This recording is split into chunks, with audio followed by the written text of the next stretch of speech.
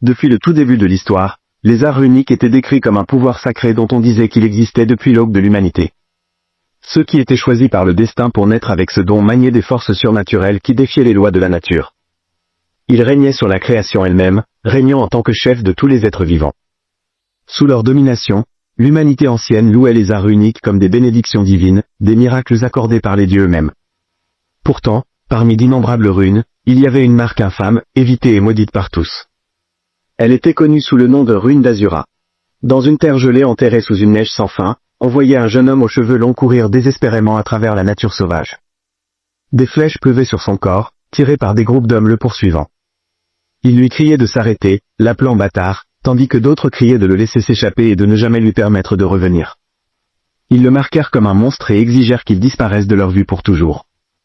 Son corps ensanglanté tituba à travers la tempête avant de finalement s'effondrer inconscient sur la route. C'est alors qu'une famille passant par là le découvrit. Le père pressa sa femme, qui portait le don des arts runiques, d'utiliser son pouvoir et de guérir l'étranger mourant. Le corps de l'homme était trempé de sang. Mais avec son toucher, la vie lui revint. 7 ans plus tard, dans un petit village loin de ce désert glacé, des cris de peur résonnèrent. Les villageois criaient qu'ils ne savaient rien, insistant sur le fait qu'ils n'avaient aucun lien avec la ruine d'Azura. Ils exigèrent que les intrus partent, disant que le village avait déjà été retourné dans la recherche de réponses. Les 2 frères menant la recherche se moquèrent des vieux villageois avant de partir. Une fois dehors, l'un des frères rapporta qu'il n'y avait rien. Ils avaient vérifié partout à proximité, et il n'y avait pas un seul utilisateur d'art runique dans la zone, mais leurs paroles ne gagnèrent aucune récompense. La silhouette encapuchonnée à qui il parlait appela l'un de plus près. Sans hésitation, la silhouette enfonça des doigts griffus acérés à travers son estomac, le tuant instantanément. Le frère cadet hurla de terreur. Lorsque la silhouette révéla sa forme, ce n'était pas celle d'un homme, mais celle d'un monstre. Avec un sourire tordu, il se moqua d'eux, disant « Personne ne pourrait se cacher sans art runique ou mana, car il pouvait sentir la puanteur de la destruction totale. » Dans le village, le père de Linda appela sa famille, les assurant que les intrus étaient partis et qu'il était sûr de sortir. Parmi eux s'avança Ban, le même jeune homme autrefois marqué comme un monstre et poursuivi à travers la neige. Il avait été sauvé par cette famille il y a 7 ans, et maintenant il vivait parmi eux. Linda étira ses bras vers le ciel ouvert, remarquant à quel point l'air extérieur semblait frais. Ban s'excusa, disant que des gens étranges étaient attirés par le village à cause de lui. Pourtant, le père de Linda le rassura en disant que personne ne se souciait de telles choses. Sa mère gronda le couple parce qu'ils étaient encore couverts de poussière et leur rappela qu'ils se cachaient toujours au même endroit. Linda expliqua que Ban aimait être là, et Ban admit que c'était son endroit préféré dans tout le village, l'endroit où il avait été sauvé toutes ces années auparavant. Leur plaisanterie paisible fut interrompue lorsque le père de Linda taquina Ban en s'amusant, faisant se plaindre Linda auprès de sa mère de ses pitreries. Mais bientôt, leur attention se tourna vers des questions plus importantes, le mariage. Le père de Linda demanda des nouvelles des préparatifs et sa mère confirma que tout était prêt. Dès que le soleil se coucherait, la cérémonie commencerait. L'excitation remplissait l'air. Cette nuit-là, sous le rassemblement des villageois, la cérémonie commença. Linda et Ban se tinrent ensemble alors qu'ils étaient déclarés mari et femme. On leur demanda de partager leurs vœux devant tout le monde. Linda promit hardiment de rendre Ban si heureux qu'il pleurerait, une déclaration qui gagna les acclamations de la foule, qui la qualifia de hardie et loua sa confiance. Ban, cependant, portait des paroles plus lourdes. Il parla d'un chagrin qu'il apportait partout où il allait. Chaque village par lequel il était passé avait souffert de peste, de guerre, de massacres ou de catastrophes. Des cris de douleur et de désespoir l'avaient toujours suivi. Il confessa que sans avoir été sauvé il y a 7 ans, il serait probablement mort. Il admit qu'il se demandait toujours si quelqu'un maudit par une rune d'Azura avait le droit de rester dans ce village. Avant qu'il ne puisse en dire plus, Linda frappa son bras et le fit taire. Elle lui rappela que s'il avait craint sa malédiction, il ne l'aurait jamais sauvé. Quand ils s'étaient rencontrés pour la première fois, il était vrai qu'ils étaient inquiets. Mais quand le vrai danger avait frappé, Ban les avait tous protégés. À partir de ce jour, ils avaient choisi de ne plus s'inquiéter. Quoi qu'il arrive, ils l'affronteraient ensemble. Les villageois acclamèrent en accord, promettant de toujours protéger Ban.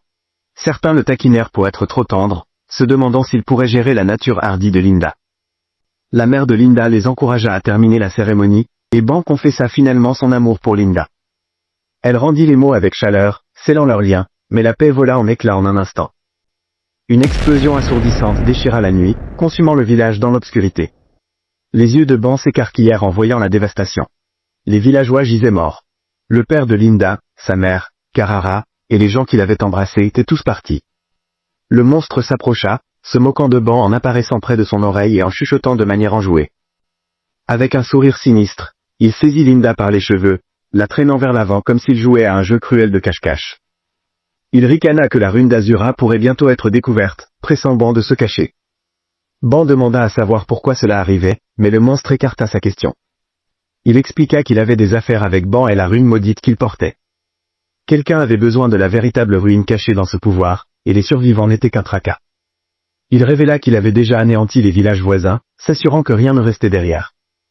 Il prétendit qu'il n'avait aucune rancune personnelle, suivant seulement les ordres, et pressa Ban de ne pas trop le haïr. Avec un rire cruel, il invoqua son pouvoir et créa une fleur monstrueuse. Ses pétales s'ouvrirent en se tordant, révélant une gueule horrible. Cette prison de sous-espace, expliqua-t-il, était préparée pour Ban. Le temps lui-même y serait dénué de sens. Que ce soit 1000 ou 10 000 ans, il resterait piégé jusqu'au jour où il serait libéré. Ban fut consommé par l'éclosion monstrueuse, traîné dans l'obscurité. Alors qu'il disparaissait, ses yeux captèrent une dernière image. Linda, ensanglantée et brisée, regardant vers lui. À moitié morte, elle tendit la main en désespoir de cause alors que le monstre la tirait avec Ban dans l'abîme. Leurs destins furent scellés dans la prison tordue de la ruine. Ban ouvrit les yeux dans un endroit ne ressemblant à rien de ce qu'il avait jamais vu auparavant. Le sol était trempé de sang, un monde cramoisi s'étirant sans fin autour de lui. Son corps gisait brisé, des blessures couvrant chaque centimètre de lui. Il sentait sa force lui échapper, et dans son cœur il chuchota le véritable pouvoir de destruction. Il avait autrefois voulu croire que tout cela ne pouvait pas être à cause d'une seule rune. Mais maintenant, le doute le consumait. Peut-être n'y avait-il jamais eu d'issue dès le début. À la fin, tout ce qu'il avait apporté était la ruine, la destruction et la mort qu'il avait suivi depuis le moment où il était né. Il n'y avait jamais eu d'échappatoire à ce destin maudit. Il pensa que si seulement il avait accepté son destin plus tôt, son oncle, sa tante et Linda pourraient encore être en vie. Juste une fois, il souhaita que les choses se soient passées différemment. Il n'avait rêvé de rien de plus que de vivre une vie ordinaire. Pourtant, ce rêve fragile avait été la raison pour laquelle ils étaient tous morts. Ses espoirs insensés, son avidité égoïste, avaient tué tous ceux qu'il aimait. Des larmes se mélangèrent au sang alors qu'il marmonnait des excuses. Les mots se déversaient sans fin, un torrent de culpabilité qui ne voulait pas s'arrêter. Encore et encore, il chuchotait qu'il était désolé. Maintes et maintes fois, il suppliait pour le pardon, prétendant qu'il avait eu tort. Les excuses se multiplièrent jusqu'à la folie jusqu'à ce que lui-même se dise de ne pas pardonner. Il ne le méritait pas. Il demanda au Dieu pourquoi il lui donnerait un destin aussi cruel et se demanda ensuite si peut-être il n'y avait aucun Dieu du tout. Le poids de l'épuisement pressait ses os. Il ne voulait plus vivre. Il voulait seulement mourir, se reposer enfin. Mais alors qu'il dérivait dans le désespoir, une vision apparut devant lui. Linda, ensanglantée et à moitié morte, se tenait dans sa conscience déclinante. Sa voix l'atteignit, lui disant que ce n'était pas sa faute et que son amour durerait éternellement. Ses yeux s'écarquillèrent sous le choc. Il hurla dans la dénégation, déclarant que tout avait été de sa faute. Et qu'en était-il du repos? Qu'en était-il d'en finir ici? Cela pouvait-il vraiment finir ainsi? Il s'enragea à cette pensée, se demandant quel droit il avait de décider d'un tel sort par lui-même. Il exigea plus de lui-même. Il n'était pas autorisé à mourir encore. Il y avait encore quelque chose qu'il devait faire. Cette réalisation arracha un cri de sa gorge. Il pressa ses mains sur son visage et rugit comme une bête. Le sang suintait de ses yeux alors qu'il bramait que la rune d'Azura apportait toujours la ruine. Il ne s'en souciait plus. Il n'y avait plus rien à ruiner. Si quelqu'un là-bas désirait la ruine qu'il portait, alors il la leur ferait sentir. Il leur montrerait la véritable destruction qui brûlait en lui. Il jura que la mort pouvait attendre. D'abord, il aurait sa vengeance. Mais avant cela, il devrait s'échapper de la prison de sous-espace dans laquelle il était piégé. Des formes sombres bougèrent dans les ombres. Des monstres apparurent, l'encerclant et chuchotant des accusations. Ils sifflèrent que c'était sa faute, le blâmant pour tout. Ils hurlèrent qu'il devait mourir. Les yeux de Ban se durcirent. Il jura que peu importe le temps que cela prendrait, 1000 ans ou même 10 000, il aurait sa vengeance. La bataille commença. 200 ans passèrent, 400 ans, 600 ans. Il se battit sans fin, abattant les monstres les uns après les autres. Pourtant, il ne cessait jamais. Peu importe combien il en massacrait, ils revenaient en plus grand nombre. Leurs formes se tordirent ensemble, fusionnant en une seule bête énorme, un géant forgé de ténèbres et de rage.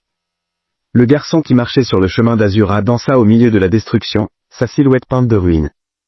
Pourtant, il ne connaissait pas encore le secret caché dans sa rune maudite. Trempé de sang, Enterré dans le désespoir, il se battit. 999 ans passèrent. Près d'un millénaire de massacres cicatrisa son âme. Puis vint l'affrontement contre le monstre colossal. Ban se lança en avant et frappa avec toute la furie de son existence. Mais le monstre riposta avec une férocité égale. Un coup dévastateur l'enterra profondément dans le sol, le laissant à nouveau à moitié mort. La douleur le consuma. Une agonie sans fin rongeant son esprit. Pourtant, malgré tout, le feu de la vengeance dans son cœur refusait de s'éteindre. Des souvenirs refirent surface du passé, perçant la brume du tourment. Il se souvint d'un moment doux avec Linda quand elle parlait de son rêve. Elle avait dit qu'elle souhaitait d'abord l'épouser, devenir sa femme. Ensuite, ses parents deviendraient ses beaux-parents. Ils fonderaient une famille ensemble avec un fils et une fille, ni trop nombreux ni trop peu.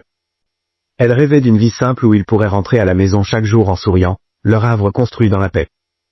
C'était son rêve, leur rêve. Et il avait échoué à le protéger. Ses yeux s'ouvrirent brusquement dans le présent, la fureur flamboyant chez le garçon qui avait autrefois pleuré de désespoir. Le véritable pouvoir de la ruine fut enfin déchaîné.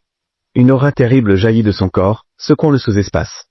Des explosions tonnèrent alors que la rune d'Azura s'éveillait dans sa forme complète. Ban se transforma, n'étant plus simplement humain, mais Azura, le dieu de la ruine lui-même. La rune maudite appela 666 armements. Chacun forgé avec un pouvoir destructeur. C'était le véritable pouvoir des arts runiques éveillés trop tard. Si cette force avait fait surface en ce jour fatidique, personne ne serait mort. Sa rage brûlait avec cette pensée alors qu'il saisissait une arme. Un gant blindé imprégné de la capacité de détruire la matière au niveau particulier. Sa force destructrice grandirait avec son mana, un outil d'annihilation digne du dieu de la ruine. Ban frappa, son coup détonnant avec une force de tonnerre qui déchira l'ennemi monstrueux. La bataille se termina dans une explosion cataclysmique. La scène se déplaça loin dans un village tranquille. La paix semblait régner, mais des ombres rôdaient même là.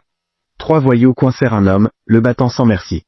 Une autre victime suppliait pour la pitié, insistant sur le fait qu'il n'avait pas d'argent à donner. Leur chef ricana et déclara que si l'homme n'avait pas de richesse, il prendrait à la place ses organes. Mais avant que d'autres cruautés ne puissent se dérouler, Ban apparut. Sa silhouette était calme mais imposante, il posa une seule question au voyou. Quelle année c'était? Confus, le chef se moqua de lui, plaçant une main de manière moqueuse sur la tête de Ban. Il dit que c'était l'année 1500. Mais avant qu'il ne puisse finir sa moquerie, l'un de ses hommes attaqua par derrière. L'arme se brisa instantanément contre le corps de Ban, le laissant indemne. Le regard de Ban devint mortel. En un seul mouvement, il frappa, tuant 2 des voyous avec une précision impitoyable. Le chef, secoué, se figea sur place. Un autre homme se tenait tremblant, regardant silencieusement. Ban eut un petit sourire, ses yeux brillant de quelque chose de plus sombre, et lui posa une question à son tour. Le continent d'Aiden avait toujours été façonné par le pouvoir ancien des arts runiques. D'innombrables royaumes s'étaient élevés et étaient tombés à travers ces terres, chacun laissant derrière lui sa propre marque sur l'histoire. Parmi eux, un royaume restait inégalé. Salué comme le plus grand royaume de tout Aiden, le royaume de Zoé. Avec une puissance militaire écrasante, il avait régné en tant que puissance dominante du continent pendant des siècles. Son nom gravé dans la légende. Loin de la grandeur des royaumes, Ban tenait un voyou capturé à l'envers, l'interrogeant sur le monstre inconnu qui avait fait de sa vie un enfer vivant. L'homme tremblant admit qu'il avait vu la créature. Ban pressa davantage, soulignant que les vêtements portés par la silhouette étaient des vêtements réservés uniquement aux sorciers de la maison royale de Zoé. Le voyou jura qu'il l'avait vu lui-même et n'osait pas mentir sur une telle chose. Ban exigea chaque détail, et le voyou raconta un vieux souvenir. Il y a environ 5 ans, il y avait eu un mercenaire nommé Karak qui travaillait sous Lord Déoul, maître du repère des bandits de la montagne. Karak avait mentionné un client puissant qui avait demandé une réunion, la décrivant comme un travail de haut profil. Les bandits n'avaient aucune raison de refuser. Ils étaient des hors-la-loi après tout, et l'argent facile était tentant. Quand le moment vint, la vérité les stupéfia. Le client était un sorcier du royaume de Zoé. La tâche exigeait qu'ils anéantissent un groupe si complètement qu'il ne restait plus une trace. Ils massacrèrent tout le monde, laissant les cadavres dans un état si horrible que l'élimination de ceux-ci devint une lutte. Brûler les corps était le seul moyen d'effacer les preuves. Une fois le travail terminé, le sorcier aux cheveux violets les paya proprement et partit sans hésitation. Ban interrompit, demandant si parmi les cadavres il y avait eu une fille aux cheveux orange court.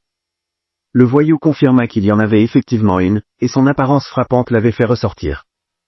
Il admit qu'elle avait été brûlée aussi, et marmonna même que sa beauté aurait rapporté une fortune si elle avait été vendue comme esclave. Entendant ces mots, la rage de Ban bouillit, et y frappa l'homme durement, faisant taire sa langue vile. Pendant ce temps, au fond du repère des bandits de Digol, la misère prospérait. D'innombrables captifs étaient enchaînés et forcés au travail, menacés d'avoir les chevilles brisées s'ils résistaient. Les bandits se moquaient d'eux, les appelant du stock frais. Ils se réjouissaient à la pensée que les esclaves vifs se vendaient à de meilleurs prix, riant cruellement alors qu'ils les poussaient à l'épuisement. Au milieu de la scène, un bandit arriva portant de l'alcool, exigeant que les portes soient ouvertes. Lorsqu'on l'interrogea sur son retard, il se vanta d'avoir obtenu une boisson de bonne qualité. La distraction fournit le moment que Ban attendait. Il frappa depuis les ombres, tendant une embuscade à un garde et l'éliminant avec une efficacité impitoyable. Un autre se précipita, mais Ban le rencontra de front, se battant avec précision et une furie contrôlée. Les attaquants demandèrent à savoir qui l'avait envoyé, mais le regard froid de Ban fit taire leur voix. Il avertit que personne n'était autorisé à parler devant lui. Avec une finalité brutale, il trancha la tête d'un garde et la porta dans le repère. La vue macabre figea les bandits sous le choc. Se tenant au cœur de leur repère, Ban les confronta tous. Sa voix portait du poids alors qu'il se moquait de leur nombre, les appelant des clowns jouant aux bandits. Il annonça qu'il avait des questions pour leur chef et exigea la présence de Digol. L'atmosphère à l'intérieur du repère changea instantanément. Le chaos éclata alors que ses membres saisirent leurs armes. Ils se moquèrent de Ban, prétendant qu'il avait perdu tout sens de la peur et l'avertissant qu'il ne réalisait même pas où il se trouvait. Le bruit tomba au silence lorsqu'une silhouette puissante s'avança. C'était Déoul, le maître du repère, dont la seule présence portait du poids. Il ordonna à ses hommes de reculer. Ils insistèrent sur le fait qu'ils pouvaient gérer cela, mais Déoul les fit taire, leur rappelant que Ban n'était pas un intrus ordinaire. Il le reconnut comme un sorcier né avec des arts uniques, tout comme lui-même, et exigea que ses hommes se retirent. Faisant face à Ban directement, Déoul demanda quelles affaires le jeune sorcier avait avec lui. La réponse de Ban fut tranchante et froide. Il révéla. Il y a 5 ans, un sorcier du royaume de Zoé avait commandé un travail à Déoul. L'arrangement avait été conclu par l'intermédiaire d'un mercenaire nommé Kurak. Déoul sourit en réalisant que Ban avait découvert autant d'informations auprès de ses hommes. Il demanda ensuite ce que Ban comptait en faire. Ban exigea de connaître l'emplacement de Kurak et avertit que s'il fournissait la réponse, le repère entier serait épargné. Déoul feignit d'accepter, mais ricana en frappant sans prévenir, promettant de le dire à Ban une fois qu'il serait un cadavre. L'attaque soudaine fit reculer Ban, et la fureur monta en lui. Ban comprit que les mots ne mèneraient à rien avec cet homme. Avec un élan de détermination, il riposta, enfonçant son poing dans l'estomac de Déoul. Du sang jaillit de la bouche du chef bandit alors que la rage déformait son expression. Il maudit Ban, furieux de l'audace de ce coup. Déoul répondit en invoquant une lame runique, canalisant son pouvoir dans une attaque dévastatrice. Il provoqua Ban, insistant sur le fait que, même s'il était jeune, un sorcier restait soumis aux mêmes limites. Il jura de ne rien retenir et déclara que le corps de Ban serait bientôt mis en pièces. Il parla d'agonie, affirmant que Ban ne pourrait plus faire un seul pas une fois que la douleur l'aurait envahi. Pourtant, alors que la lame runique frappait, Ban bougeait encore. La vue de cela choqua Déoul, qui demanda comment c'était possible. Il ne comprenait pas comment Ban ne ressentait aucune douleur. La nature bestiale de Ban émergea alors que son sourire s'accentuait. Pour lui, ce niveau de douleur était dérisoire. Il se moqua de l'idée que de telles blessures puissent l'affecter. Déoul rit en retour, reconnaissant le feu qui habitait le garçon. Il se prépara à nouveau, prêt à écraser Ban de toute sa puissance. Mais les pensées de Ban tranchèrent la tension. Il réfléchit à la faible profondeur de la douleur infligée par Déoul. Pour Ban, ce n'était rien comparé au marécage d'agonie dans lequel il avait été piégé. Face à ce souvenir, l'assaut de Déoul était pathétique. Avec une force écrasante, Ban frappa, délivrant un seul coup de poing broyeur qui acheva instantanément le chef bandit. L'impact secoua le repère alors que le corps de Déoul s'effondrait sous le coup. Ban se tourna vers les membres stupéfaits qui restaient et les défia de continuer. Peu après, le sol était jonché de cadavres alors que Ban massacrait tout le repère. Il ne laissa derrière lui rien d'autre qu'une montagne de corps. Un seul survivant restait, tremblant devant lui. Ban interrogea l'homme, demandant si Kurak se trouvait actuellement dans le royaume de Nordia. Le survivant terrifié le confirma, jurant que Kurak y était bel et bien. Satisfait de la réponse, Ban prit acte de l'information. L'espoir de l'homme s'enflamma et il supplia d'être épargné, rappelant à Ban sa promesse. Ban feignit la confusion, se moquant de l'idée qu'il ait promis quoi que ce soit. Quand l'homme tenta d'en rire nerveusement, Ban lui dit de ne pas trop rire.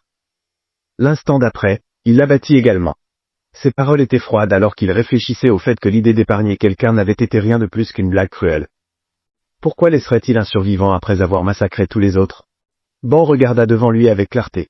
Il admit qu'il ne voulait rien de plus que de prendre d'assaut directement le royaume de Zoé.